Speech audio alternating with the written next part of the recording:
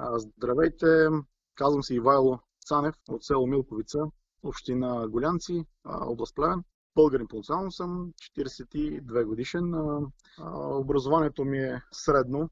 След няколко години в Америка, по независими от обстоятелства, не можах да довърша образованието си там. Беше ми отказана виза при подновяването. И така останах с 3 незавършени дипломи по икономика, социология и математика. Така че след още 10 години лутане в Европа, накрая намерихме време да се преберем в България и с колегата ми Ивайло Радков, двамата сме изпълнителни директори в Люлеците 2020 ООД.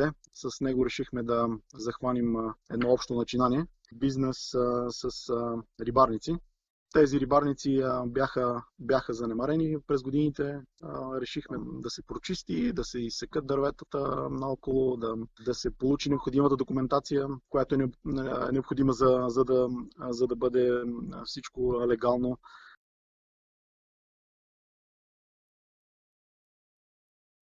Проблемите, които се сблъскахме в процеса на работа, са от естеството, може би, най-вече на администрацията. Имали сме пълно съдействие в село Милковица и в община Гулянци, но може би при положение, че липсват повече такива инициативи и бизнеси като цяло в район, както ние се водим, необлагодетелстван, като цяло Северна България е такава.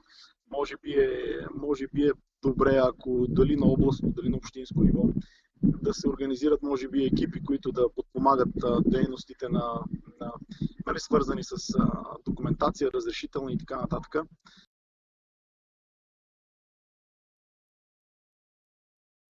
Проблемите, които ги имахме, всъщност в момента разрешаваме един. Извън населено място сме, може би, на около 300 метра от табелата на село Милковица, което се води място извън регулация. Това е проблем явно от страна на ЧЕЗ, а и не само. Това, което ни беше, след като направихме становище, беше ни препоръчено да се построи всъщност трафопост. Този трафопост е с доста солидна цена, порядъка на 40 до 70-80 хиляди лева. След като тази цена има всъщност от фирма, която проучи трасето, и това е цената, която ни беше дадена. При което ние мислехме по какъв начин в 21 век да няма човек ток, не е нещо, което смятаме за нормално, но такива са обстоятелствата.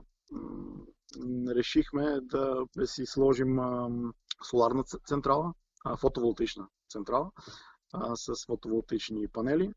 В момента сме в процес на получаване на оферти, при което очакваме до няколко месеца всичко да се случи. Изцяло ще бъдем извън мрежата на ЧЕЗ. Това е начин, който смятаме, че ще ни подпомогне да бъдем и независими и да от някаква степен да не разчитаме на външни услуги, като смисъл от фирми, полагане на кабели, в последствие построяваш трафопоста, трябва да го подариш на ЧЕЗ. Това е нещо, което е доста сериозно, защото забелязахме, че на много други фирми имат този проблем. Това е, което не го знаехме.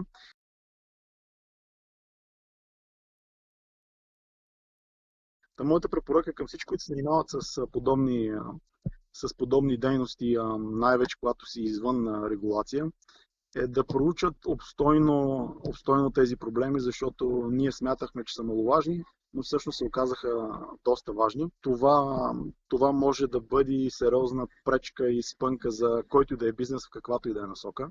С каквото и да се захваща човек, просто трябва да получава някакви препоръки, мнения за фирмите, с които ще работи, защото има много подводни камъни, които могат да спънат дейностите и разрешителните, които се получават в последствие.